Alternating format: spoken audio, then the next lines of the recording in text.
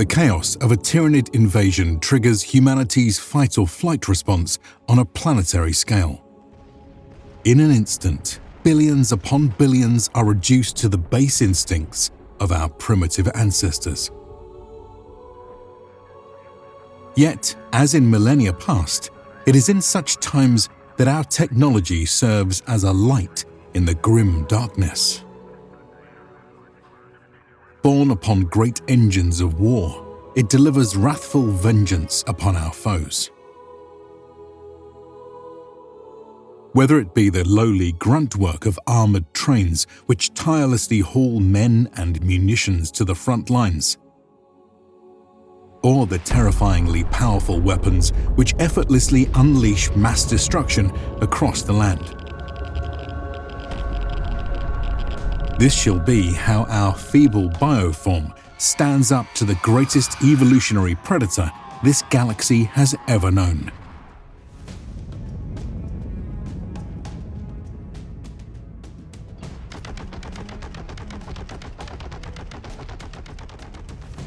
Yet, the hive mind is a canny hunter.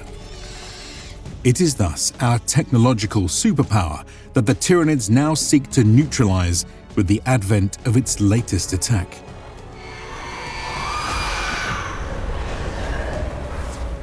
This is the third wave of the Tyranid Invasion.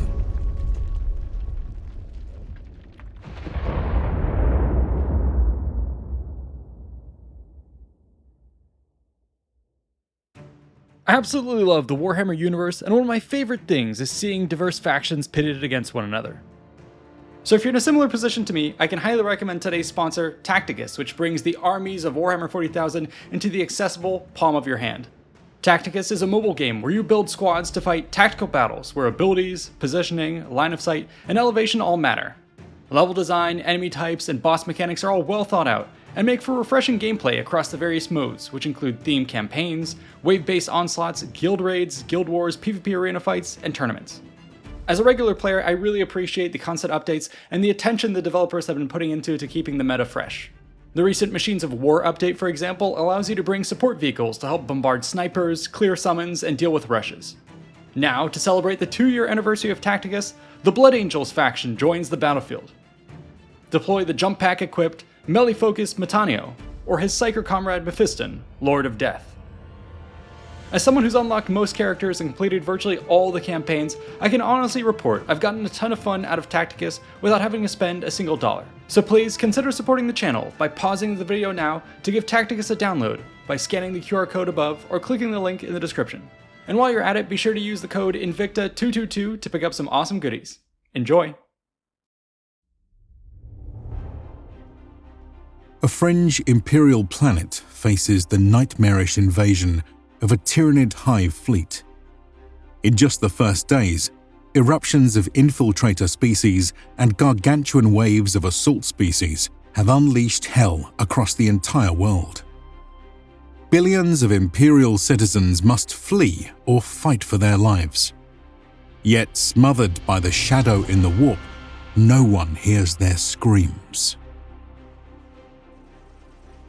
In this lightning assault, chaos reigns supreme. The enemy sweeps across the lands in all directions. Cities, sectors, and entire continents fall to the Great Devourer. Yet, in the face of such horrors, humanity shows its courage. Military forces mobilize en masse to heroically defend the ever-shrinking front lines and to preserve the green zone corridors which allow survivors to rally in what vestiges of safety remain. Meanwhile, within the command bunkers, Imperial generals must consider the dire calculus of their situation. A repeated mantra is lives for land and land for lives. No options are off the table. Thus, to preserve a vital munitions factory, regiments will be thrown into the meat grinder of its entrenchments. Elsewhere, to preserve an army's flank, entire cities will be reduced to radioactive rubble.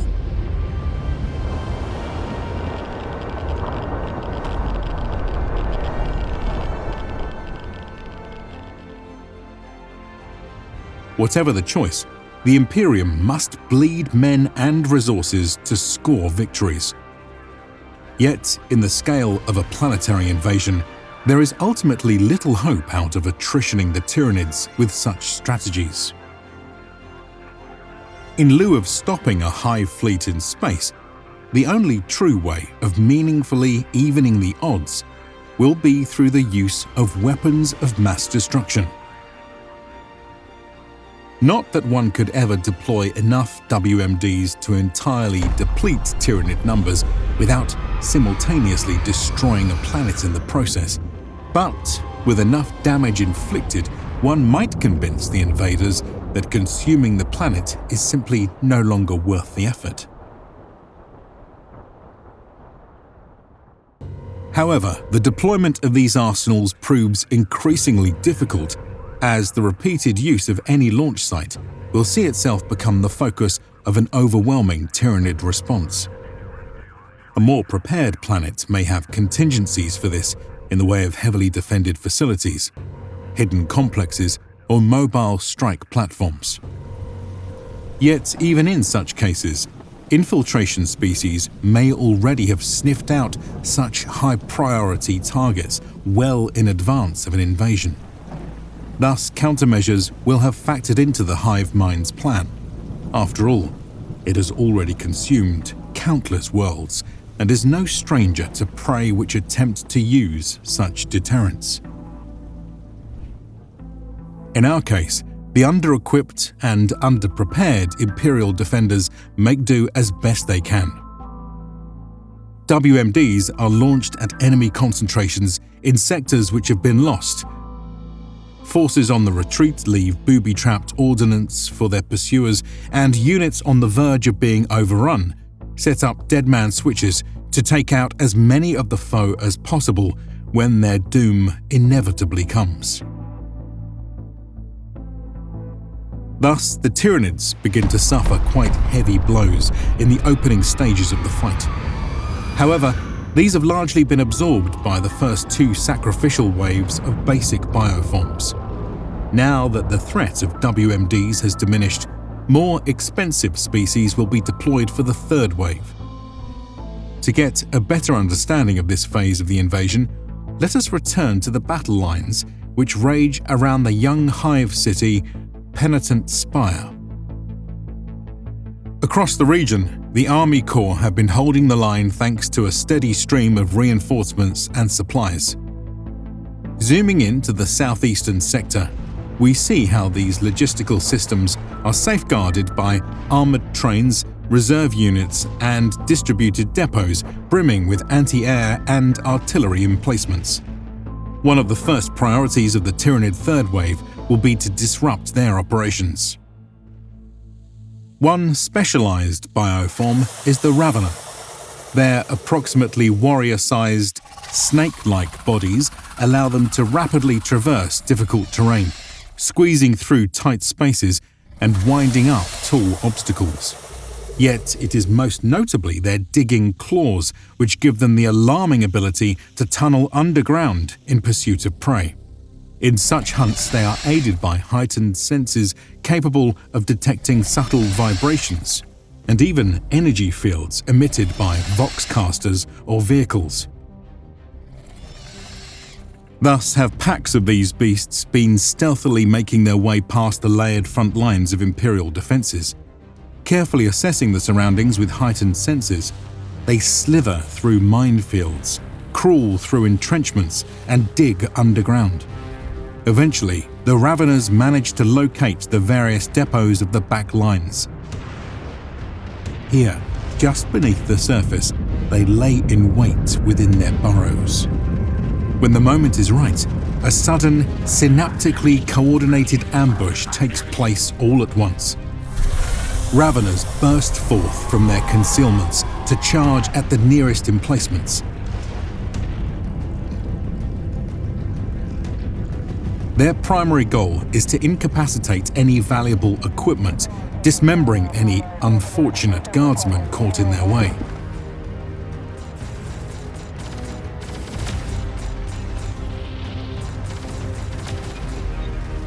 Thus, as power cabling is sliced, fuel lines are punctured, and control mechanisms are spoiled, the operations of the Imperial Guard depot grind to a halt.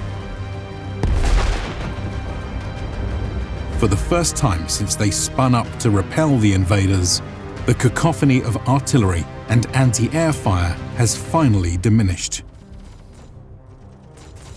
Though guardsmen are quick to put down the Raveners and to begin emergency repairs, the damage has been done. In this brief window of opportunity, Tyranid dropships have managed to slip through the back lines. In response, Imperial reserves now mobilize to keep their spread in check. But another bioform is on its way to disrupt the balance of power. The Tyranid Harpy is a monstrous flying creature with a long, sinuous body of even larger size than that of a Ravener and many times that of the more diminutive gargoyle. Its truly impressive figure is revealed with the unfurling of its massive wings, which span around 10 to 15 meters across. These beat with incredible force to not only keep the beast aloft, but to propel it to great heights and incredible speeds. Various genetic alterations help make flight easier. For instance, the Harpy has a more hollow biostructure, which makes it far lighter than comparably sized ground-based creatures. Yet, as a consequence, this leaves it more susceptible to damage, which might otherwise be shrugged off by the likes of a Carnifex. To compensate for this, weak points of its head and body are reinforced with chitinous plating. The scale of the Harpy makes it a formidable weapons platform. For instance, frontal arms that might otherwise feature scything talons can instead be spawned with twin-linked strangle-thorn cannons or heavy venom cannons, capable of devastating infantry squads or crippling heavy vehicles. In addition, bloated cysts on the underside of the creature may be impregnated with spore mines. When the moment is right, they will rupture to rain down ordnance on unsuspecting targets. But one of the most feared weapons of a Harpy, and the one which earned it its namesake, is the creature's piercing shriek. Such is its pitch and volume that unprotected targets are left deafened and disoriented by the sonic blast. In close proximity or in large groups, the violent trauma of Harpy shrieks have reportedly even killed opponents. Now these terrible calls will sound across the front. Soaring high above, Harpies lead swarms of gargoyles up and over the warring battle lines and past the anti-air positions, still reeling from the Ravener ambush.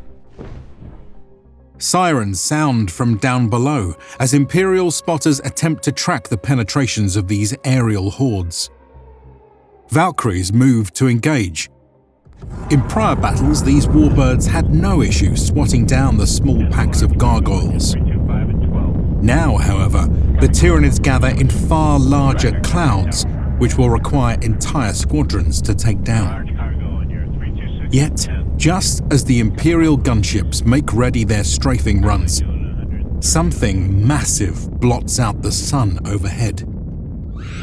With barely a moment to react, Harpies diving at incredible speeds are upon them. Shrieks shatter instrument panels, bioweaponry melts hulls, and scythes dismember all that is left.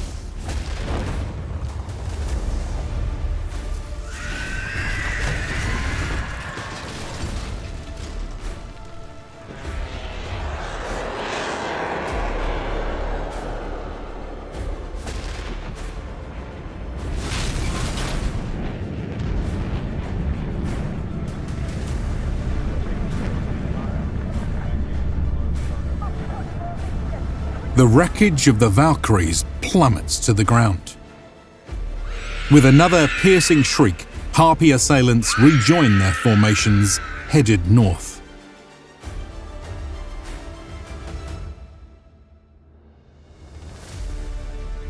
Elsewhere, Valkyrie squadrons are similarly rebuffed by the new winged bioform.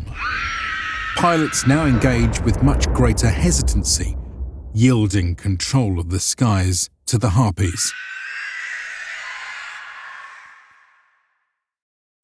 Meanwhile, the Imperial rear lines have been thrown into disarray by the combination of Ravener ambushes, drop pod landings, and aerial raids. Mobile reserve units do their best to plug the gaps in the defences and to hunt down invaders. For now, they have been kept from being completely overwhelmed by the fact that most Imperial depots have managed to bring their artillery and anti-air platforms back online. As they resume their orchestra of fire, Tyranid reinforcements are once more cut off. Yet, ammunition is running dangerously low. The blockade can only be sustained so long as the disrupted logistics are also resumed. Troublingly, it seems that this has been the exact target of the latest Tyranid operation. To this end, radar reveals that enemy forces in the backlines are converging upon the Imperial rail lines. But the trains and their precious cargo are no sitting ducks. Wise commanders have seen fit to run the treacherous gauntlet with upgraded convoys featuring armoured cars. Protected by heavy plating and bristling with guns, these stand ready to blast their way through any resistance. Initially, this has taken the form of scattered assault bioforms which have been attempting to dismantle the tracks. Weapons unleash upon these groups, sweeping them aside with raking fire, while the heavy train simply plows through any foolhardy enough to stand in their way.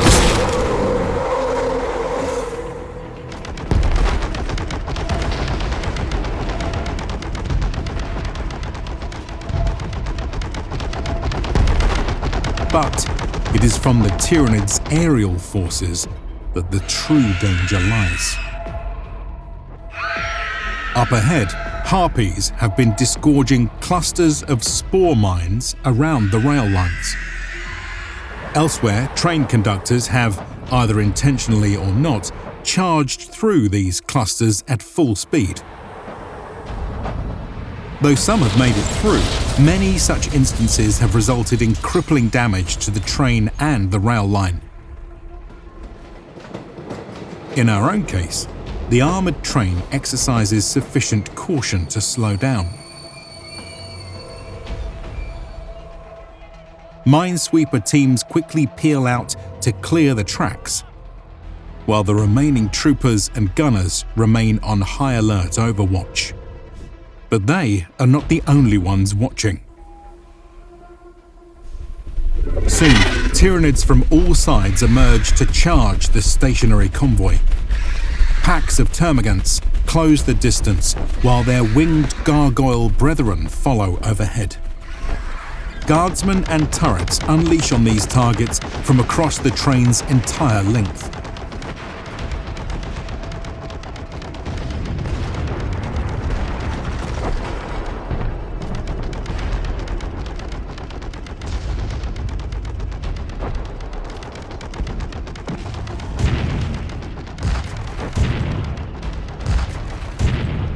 However, above the din of battle, piercing shrieks herald a new threat. From high above, Harpies dive-bomb the train, their great mass hurtling them towards their prey with alarming speed. Propelled with such momentum, blasts of twin-linked heavy venom cannons rain hell on the train cars. One round after the next strikes home, caving in heavy armour with fist-sized crystalline meteors. Within a few heartbeats, chemical chain reactions in their residue unleash a lethal surge of electricity. Guardsmen, trapped like animals in a pen, drop where they stand, while arcs of energy fry all electronics. Again and again, the Harpies batter the armored car. Thus immobilized, its few remaining survivors are easy prey for the lesser bioforms which now swarm over the paralyzed vehicle. Wasting hardly a moment, the winged giants launch back off into the skies. As they travel, the hive mind guides them towards other heavy targets which require their attention. Across the rear, Imperial trains face extinction at the hands of this apex predator. Once obliterated, the Harpies work their way down the food chain, feasting upon patrols, reserves, and reinforcements. Under such pressures, the Imperial supply lines collapse. The situation has now become dire for the Imperial front lines. Commanders, increasingly starved of supplies, must now watch their backs and divert units to the rear. Hunt and kill missions efficiently fight back against the Harpy threat. But each gallon of fuel consumed, each box of munitions expended, and each missile launched represents a finite tick in the counter towards empty. When that moment comes, when it is just a contest of raw human versus Tyranid biology, the end will come swiftly. Yet, if the Imperium can hold out just a bit longer, control might once more be re-established, and with it, the hope of fresh supplies, with which to restore mankind's great technological equalizer. It is with grim determination that orders are thus issued on pain of execution. Not one step back.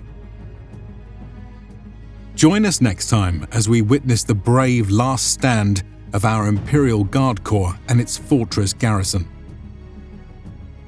For now, you can head on over to our Patreon and YouTube membership to get HD downloads of all our art, catch script previews, and participate in polls. A big thanks to the current members for supporting the channel and to the researchers, writers, and artists for making this episode possible. We couldn't have done it without this team and this community. If you enjoyed this episode, be sure to like and subscribe for more content and check out these other related videos. See you in the next one.